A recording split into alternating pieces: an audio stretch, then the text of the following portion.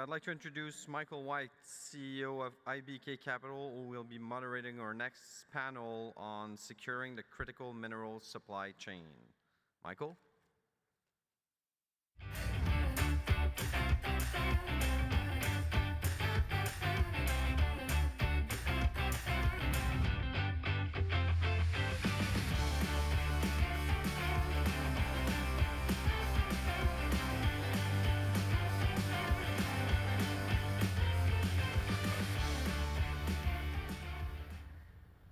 All right. Good afternoon, everybody. My name is Mike White. As you heard, I'm the CEO of IBK Capital Corp. We have a great panel on the stage today. We're going to be talking about securitizing the critical mineral supply chain. And what we mean by that is by consolidating the supply chain so that these critical minerals in the various forms that they need to go through in order to end up in the downstream products, the less they travel around the planet, the safer jurisdictions that they remain in, the more secure they are, the more safe they are. So today, we are going to touch on a number of metals from uranium, nickel, lithium, and phosphate. And we're going to hear what these gentlemen are doing and their companies in order to consolidate that supply chain, in order to do more closer in, closer to home, closer to the mouth of mine, to upgrade these materials and therefore secure their supply chains.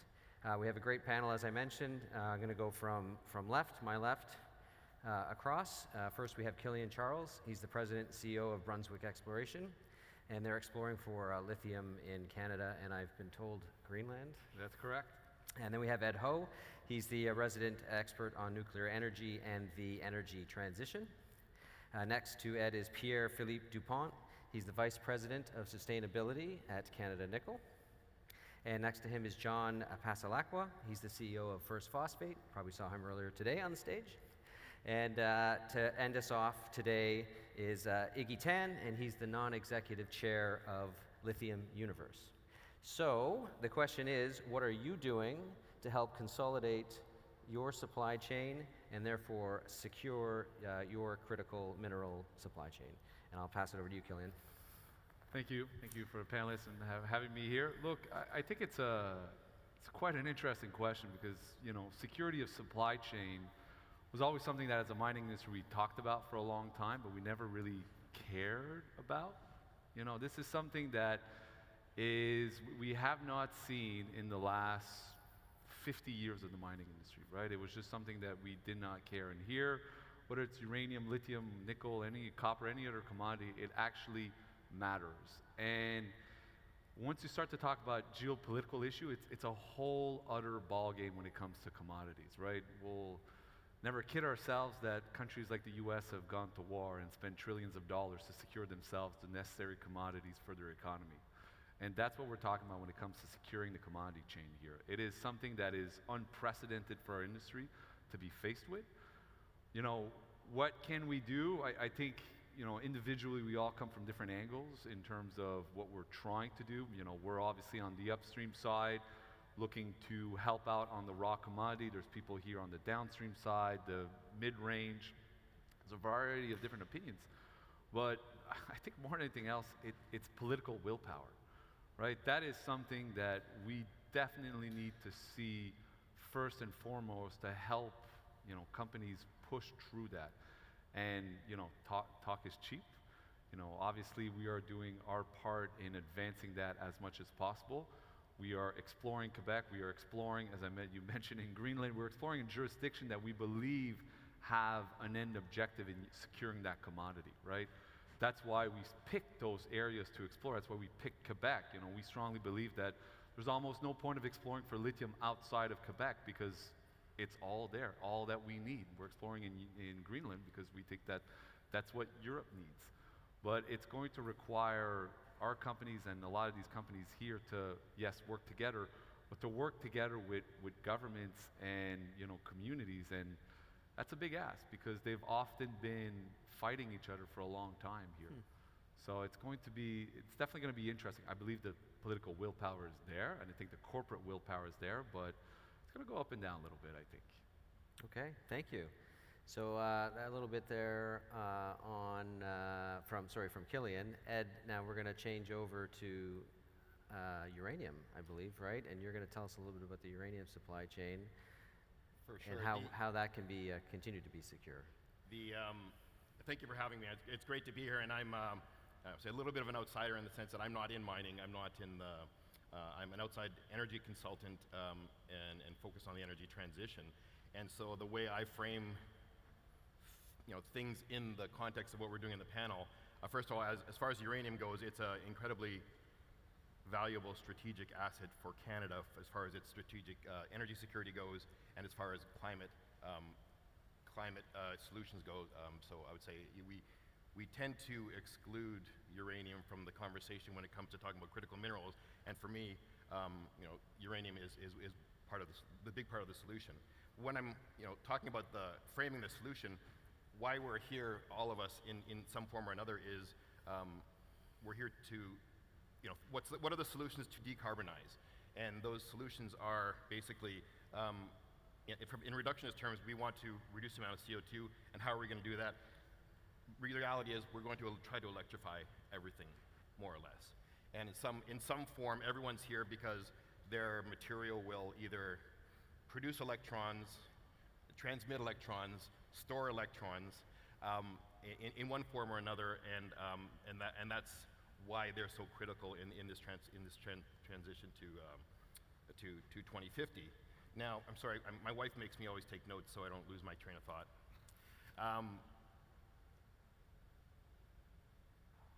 Those minerals are used in many things like batteries, in solar panels, in rare earth minerals for magnets for wind turbines and such.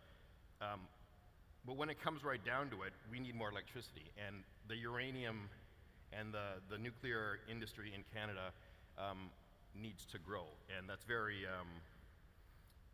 it's very important. The Ontario produced report, the Pathways to Decarbonization report, where they say we need to basically triple the size of our nuclear fleet by 2050. Now, that's creating another 18 gigawatts of generating power, which is more than we have now. And we have to do that in the next 25 years. So there's a lot of need for resources to do that. There's a lot of, it's a project management challenge that has never been seen for decades now. The last time we built that much nuclear generating power was in the 70s and 80s, and we haven't done it for a long time. So there are a lot of challenges to get there, and I can't answer that in 3 minutes. But as far as uranium producers go, it's very bullish for demand. And globally, it's not even just in Canada. Globally, the numbers are similar. It'll be double or triple the size of the nuclear fleet. And you can see that in the commodity price for uranium. And the folks from Denison presented earlier today, and they presented it very well, that the commodity price is where we need it to be, well beyond to make very successful projects. There is demand, and it's a very mature industry. Unlike many of the critical minerals, there is a full supply fuel cycle for uranium in Canada, and there isn't much missing in generating needs in Canada, but for maybe heavy water and for the new generation of reactors that aren't CANDUs will need enrichment, which we don't have in our fuel cycle in Canada. But other than that, the supply-demand fundamentals are great, and there are some fantastic new projects that are coming online in Canada for the first time in, I would say forever, but certainly Cameco has been there all along, but in the last decades, nothing new has come up. But there's like NextGen, there's fission, and Denison has a really promising development they're working on too. So I would say Canada's end-to-end on a nuclear security standpoint is very strong. And the Americans cherish the fact that we're their next door neighbor as well. In the fact that they can have our commodities as a friendly to them. Sure. Okay, well, thank you, Ed. So just to quickly recap here, I'm paraphrasing here, but explore where the minerals are needed, and let's use more of the power that we already have from secure sources like nuclear, and I guess hydroelectric would be included in that, other sources. And we can debate that. We can debate that. But I think the irony is not lost on me that we're in Quebec, and no offense to our hosts, but uranium mining is outlawed. Is a moratorium on uranium mining in Quebec, which is their choice, and even Hydro-Quebec, because of lack of water, is considering other options to enhance their ability to generate power, which include wind. And Michael Sabia even said maybe we'll look at Gentilly to potentially bring it back from decommissioning to actually turning it on again. So everything is possible. The switch is turned on, and nuclear is back in the conversation, which is exciting. Sure. Okay, thank you. And then I guess now we'll be looking at nickel. But in terms of the nickel, you're in Timmins, Ontario, and you're looking to produce nickel in a very carbon neutral, sustainable way. And so if you could tell us a little bit more about that, what are you doing in order to secure the nickel supply chain in Canada? Sure. So, what we're moving forward is massive, projects that will supply nickel, and actually sort of move the production from Indonesia, which is geopolitically very unstable and controlled by Chinese. But I'd like to sort of switch the conversation to the what's the challenges in securing the supply chain in Canada. So my colleagues and I at Canada Nickel, we spend quite a lot of time in the last couple of years in the US, especially in DC, talking to Department of Energy, Department of Defense. And it's funny to see how the conversation has changed in the last couple of years. So remember last year we would go and meet with the Department of Energy, and they our story is super interesting. So we can generate nickel, net zero nickel, because that rock has the capacity to sequester nickel. They thought it was super cool. This year, 2 weeks ago, I meet with them, Department of Energy. It's like, how many units of nickel and when? We don't really care about the ESG aspect of it. So, the ban on Russia, the ban on China, critical minerals, major drivers for projects. And what's been happening in the last couple of years is what? It's all the capital that we've seen invested in that supply chain went to the battery plants. Mainly, bits and pieces here and there that we've seen announced lately.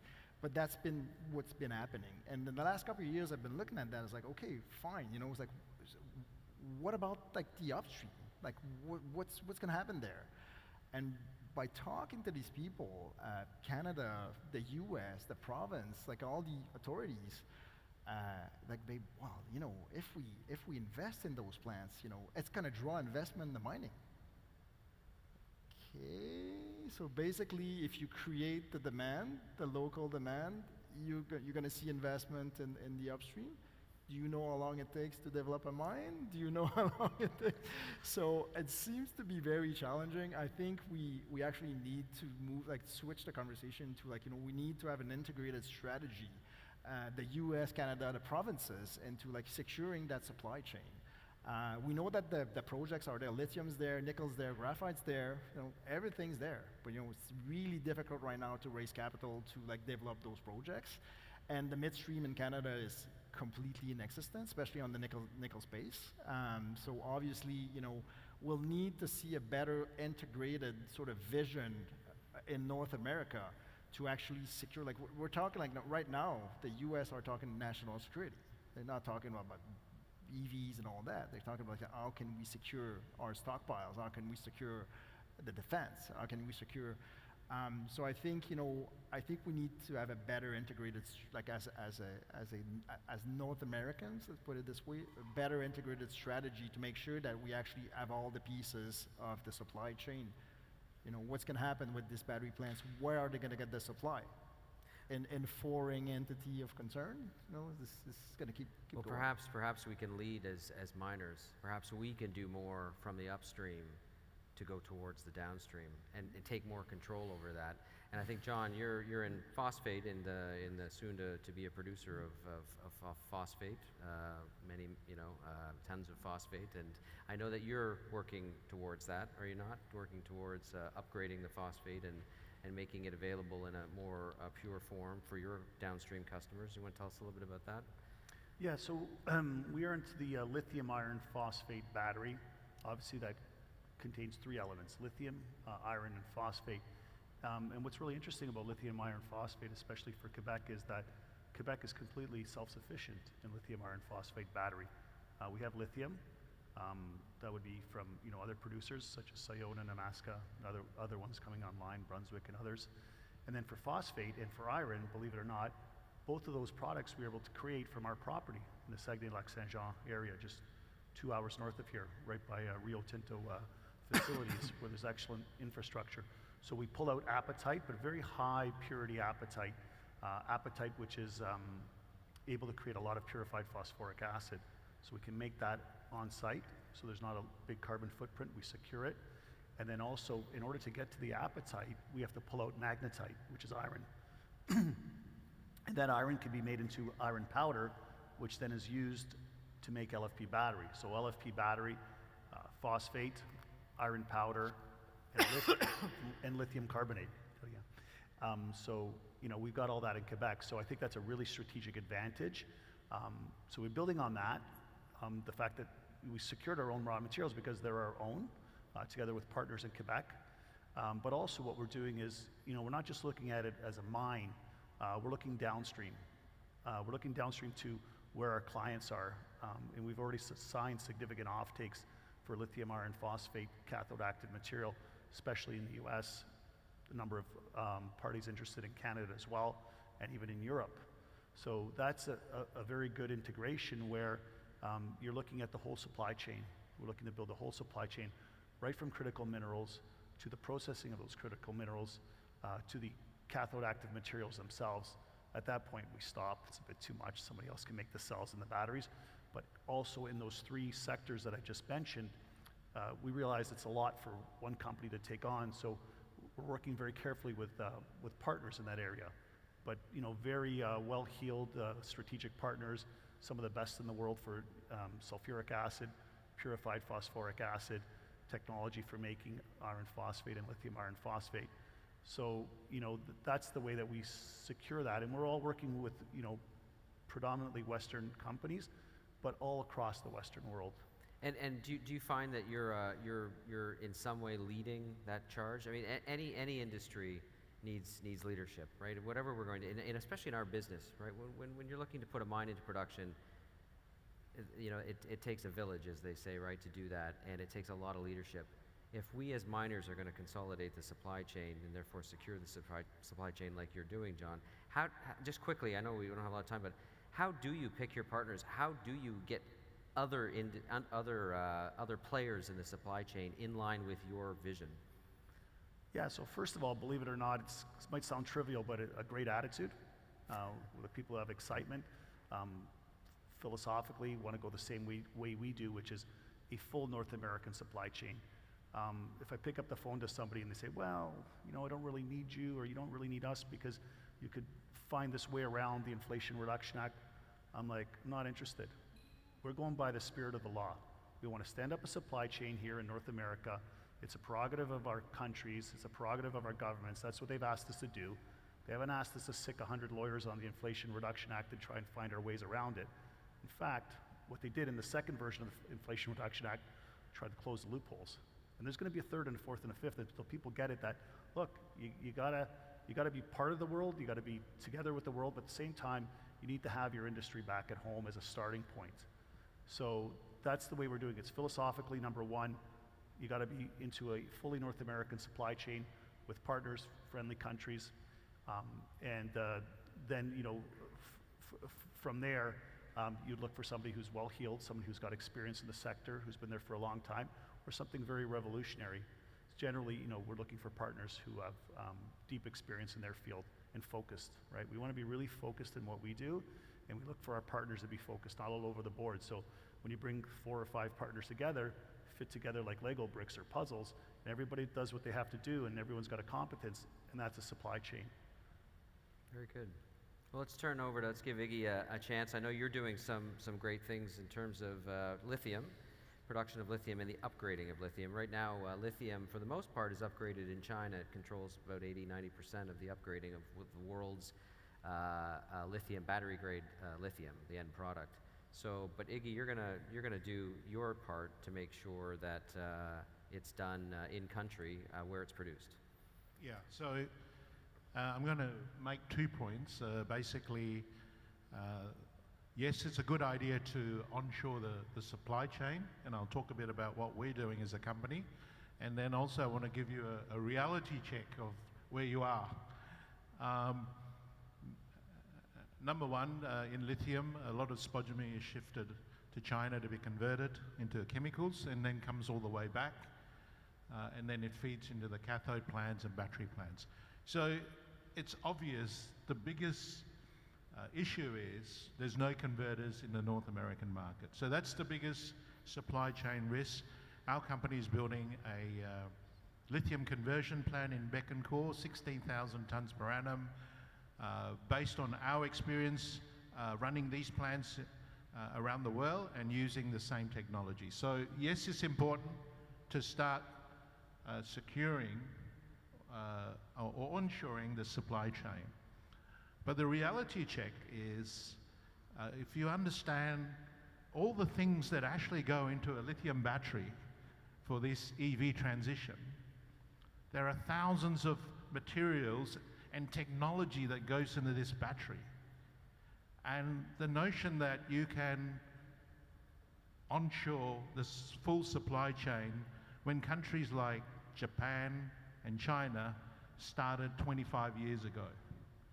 So if you think about all the elements in a lithium battery, not only just lithium, on the cathode side, somebody's got to make the anode material, mix lithium with manganese or iron, phosphate. There's technology around that to make nickel metal, nickel cobalt cathode, who then feeds into the cathode part of the battery, graphite, copper, the separators, the liquid lithium between a battery.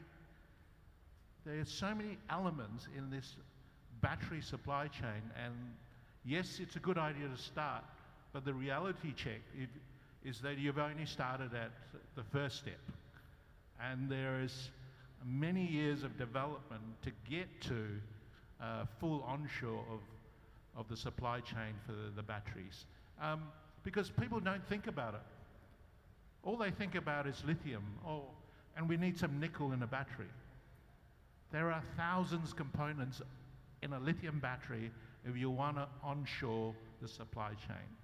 So the reality check is you've started the process. It's a good idea, but you've just started it. And so what about the downstream partners? What part do they play in terms of, I mean, they're the aggregators. They're the ones that make those complex batteries. The process has started, and what you see is the OEMs, Ford, Tesla, have initially said, okay, we want to secure lithium. So they have got some offtake for spodumene. For example, Tesla's got offtake with Sionis plant, LG has. That's the first step. They haven't even looked at all the steps that get lithium to be in a lithium battery. And there are many of those that has to be resolved, and we are doing our bit, and I'm saying it is a good idea to move towards that, but the reality, it's a long process, and countries like Japan, Korea, and China started it 30 years ago. And suddenly, the North American market decides we want to do it in 5 years. Well, the nice thing, though, in terms of our efforts, these metals are so critical that we are finding new types of deposits that are multi-generational, they're district scale, size and scope, and they will be operating for decades. In Timmins, as an example, that will become the next Sudbury for nickel, and it will operate longer than Sudbury operated for. Some of the lithium deposits that you're looking at could be multi-generational and in production for decades. You're opening up newfound generational potential mines of lithium. And I think with that, we can take our time. We'll move as quickly as we can, but at least we're starting with the centers of excellence around, like Sudbury did with nickel. It was the one, Sudbury was Canadians that helped develop the nickel market in terms of new types of alloys and steels and tensile strength and all that. It was out of R&D in Sudbury. perhaps we can start building those out. I agree, though, it does take time, but at least we have the deposits, or are finding the deposits of the future that we can do that with. Sorry, Killian, you wanted No, to exactly. That's the point. You know, when you compare, let's say, to Japan, Korea, a little bit less so for China, but for Japan and Korea, we're lucky because we have the assets here. So we can actually build, like, Japan and China and Korea, again, a little bit less so China, but definitely Japan and Korea. Yes, they started this process 25 years ago, but they will never have a fully secured supply chain. It's impossible for them to have a fully secured supply chain because they don't own the raw commodity. China has some raw commodity for, you know, a bit of copper, a bit of nickel, a bit of lithium, but they don't have the size that we have in Canada and North America, and that's really the key differentiation here. It's going to be painful, it's going to take a lot of capital, a lot of political willpower for quite a lot of political cycles, but we have a chance to do that. And that's what makes this conversation unique, is that we can actually get there and have from mine to final product in every point. We can have that in Canada. We can absolutely do that in North America. I think the realization, though, that it's come up all day yesterday and today, is that we don't have enough time to meet these artificially close deadlines that are being set, you know, by 2030, by 2040. It seems impossible, and the amount of capital, like you said, even just to build the generation capacity in Ontario that I'm talking about is $100 billion plus. That can't all be financed by the utilities. And there has to be some new financing methods to figure out how to you know, privatize or bring other parties to the table with capital. It's just so my question to you is, why do you need to own the supply chain? It's a global market. We exist in a global market. Not every country can make every component of a lithium battery, so why even think about it? Yeah, we've never operated like that. No, I know, and because I'm just speaking as a Canadian and for Canada, right? Perhaps a similar argument can be made for the United States. But why is it for, you know, a century and a half now we've simply taken our resources and shipped them overseas to be processed? Why can't we build out the expertise and the Center of Excellences here in Canada? It will take time, there's no doubt. But why can't we do that? Why not keep that value here at home? Because not only do you keep that value here, but you also do secure your supply chain, right? The less these things are moving around the world, the more secure they become. You know, I come from Australia. No, maybe it's noble thinking, but I come from Australia. A lot of ore resources get shipped across the world, right? Yeah. And in the end, we've always looked at why can't we go downstream? You know what? We're not good at it. Well, and that's just a fact. Yes. Yes. So there's no point wishing about it and trying to get technology that we don't have and the years of development that some of the other countries have. So my question is, why do you need the whole supply chain? Speaking like a true miner, that's all I can say. We're really great at taking it out of the ground, but we'll let someone else upgrade it. Anyway, we're out of time, but I really want to thank this panel. We could talk for, you know, I'm sure hours on this topic, but thank you, Killian. Thank you, Ed, Pierre-Philippe. Thank you very much, John and Iggy. We're all here at the conference. If you have any questions or comments, or if you just want to chat with them about their companies, all great companies, by the way, please feel free to approach them and learn more. Thank you. Thank you. Well done. Thank you. Thanks, Ed.